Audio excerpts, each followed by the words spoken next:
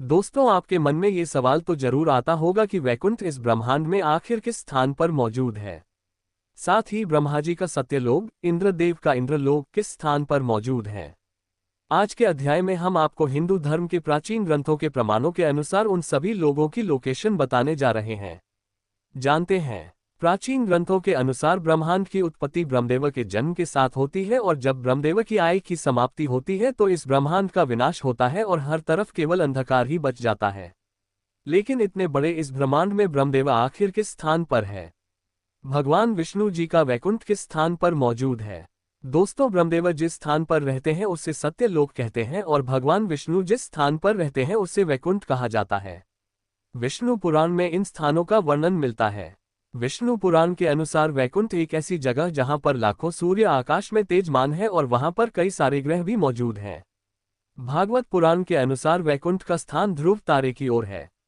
ध्रुव तारे को वैज्ञानिक भाषा में पोल स्टार कहा जाता है, यानी अगर यूनिवर्स में हम इसे खोजें तो ये स्थान है। उड़ीसा माइनर कॉन्स्टिट्यूशन, जिसे नक्षत्र कहा जाता है, इस इंस्टॉलेशन में सूर्य से भी लाखों गुना तेज चांद सितारे मौजूद हैं। ये कॉन्स्टिट्यूशन उत्तर की ओर स्थित है। ध्रुव तारे की प्रति से दूरी है 433 प्रकाश वर्ष। अगर हम इसे किलोमीटर के हिसाब से देखें तो ये होता है 4 पद्म 10 नील 40 खरब किलोमीटर, यानी कि 4 कान इटिलियन 104 ट्रिलियन, मतलब 4 के आगे 15 ने लगाओ। इतना अंतर होता है। ये तो पृथ्वी से 2 लोक का अंतर हुआ। दोनों के ऊपर 1 करोड़ योजन यानी कि 12 करोड़ 29,53,800 किलोमीटर के बाद आध्यात्मिक जगत में स्थित है। महारलोक की ग्रह, ये महारलोक स्वर्गलोक का एक भाग है जहां पर ब्रह्मांड की सत्कर्म करने वाली आत्माएं वास करती हैं। पुराण के अनुसार जो लोग सामान्य व्यक्ति की तरह जीवन व्यतीत करते हैं तथा किसी के साथ बुरा व्यवहार नहीं करते, वे लोग मृत्यु के पश्चात इन ग्रह पर जाते हैं। इन ग्रहों पर जीवन रमणीय होता है, मन को शांति देने वाला प्रकृति का नजारा होता है। यहाँ पर जाने वाले जीव सेम को पुनर्वास समझते हैं। यहाँ पर रहने वाले जीव तृप्त रहते हैं और कभी दुखी नहीं होते। अब दूसरा लोक है जहां लोग महारलोक क्यों पैर धोकर नियोजन यानी कि 24 करोड़ किलोमीटर के पश्चात आता है। जनरलों के ग्रह पर जाते हैं पुण्य करने वाले लोग जो स्वयं के स्वार्थ का त्याग कर हमेशा दूसरों की मदद करते हैं। वही लोग जन्मलोक के ग्रह पर जाते हैं। ये स्थान बड़ा ही तेजस्वी होता है। यहाँ पर जाने वाले मनुष्य स्वयं देवताओं का दर्शन कर सकते हैं। स्वर्ग के देवताओं को देखने का भाग्य इन ग्रहों पर जाने वाले लोगों को मिलता है। इसके बाद आता है तपोलोक। जन्मलोक के बाद 8 करोड़ योजन यानी 98 करोड़ किलोमीटर के बाद स्थित है। तपोलोक स्थान पर जाने के लिए बहुत ही कठिन परीक्षा देनी पड़ती है। यहाँ पर केवल साधु, ऋषि, मुनि और सन्यासी ही जा सकते हैं जो जीवन के सभी सुखों का त्याग कर केवल ईश्वर की आराधना और सत्कर्म करते हैं। वही लोग इस स्थान पर जाने की योग्य होते हैं। ये स्थान स्वर्गलोक का सर्वोच्च स्थान माना जाता है।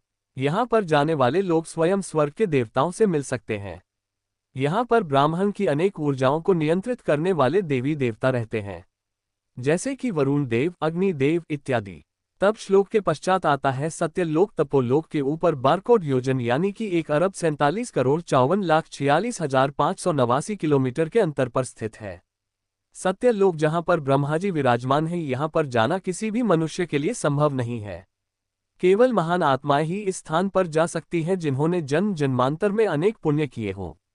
महान लोग जंगलों और तपोलोक में रहकर भी जो लोग अंतिम सत्य शूर को पाने की चाह रखते हैं, केवल उन्हें ही सत्यलोक में जाने का सौभाग्य प्राप्त होता है। और फिर सत्यलोक के ऊपर 2 करोड़ 62 लाख की वोजनियास की 32 करोड़ 21,39,169 किलोमीटर के अंतर पर स्थित है। वैकुंठ लोक जहां पर स्वयं भगवान विष्णु शेषनाग पर विराजमान रहते हैं, ये किसी भी आत्मा का अंतिम स्थान होता है। सारे ब्रह्मांड की आत्माएं इस स्थान पर केंद्रित होती हैं। इस स्थान पर जाने वाली आत्माएं मोक्ष की प्राप्ति करती हैं। इसे ही अंतिम सत्य कहा जाता है और इसे ही ब्रह्मांड का अंत भी कहा जाता है।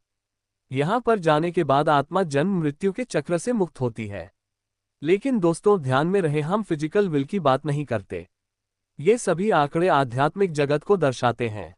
अगर हम धरती से वैकुंठ की दूरी का अनुमान लगाएं तो ये होता है 4 पद्म 10 नील 40 खरब 12 crore 29,53,800 kilometre plus 24 crore 59,07,763 kilometre plus 18 crore 36,31,052 kilometre plus 1 अरब 47 करोड़ 54,46,589 किलोमीटर प्लस 32 करोड़ किसी लाख 39,169 किलोमीटर।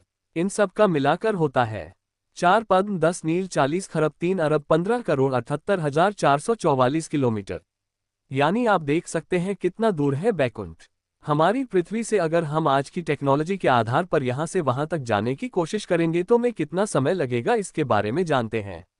आज की टेक्नोलॉजी के आधार पर हम 39,000 किलोमीटर प्रति घंटे की रफ्तार से अंतरिक्ष में ट्रैवल कर सकते हैं। अगर इसी रफ्तार से मेक्सिको जाएंगे तो हमें 10 अरब 52 करोड़ 30 लाख 85 हजार घंटे लग सकते हैं। मतलब 12 लाख से भी ज्यादा साल लग सकते हैं। इसलिए दोस्तों आज की टेक्नोलॉजी से हम व्याकुल कभी पहुंच ही नहीं सकते। तो दोस्तों यथा धरती से वैकुंठ तक का सफर चिकन आधा से दो हम कभी वैकुंठ लोक पहुंच ही नहीं सकते, लेकिन आध्यात्मिक मार्ग से हम वापस क्षण भर में पहुंच सकते हैं। इसलिए हमेशा अच्छे कर्म करो, स्वयं भगवान ही आपको उस स्थान पर ले जाएंगे। ऐसी ही रोचक जानकारी के लिए हमारे चैनल को लाइक सब्सक्राइब और शेयर करें। जय श्री राम।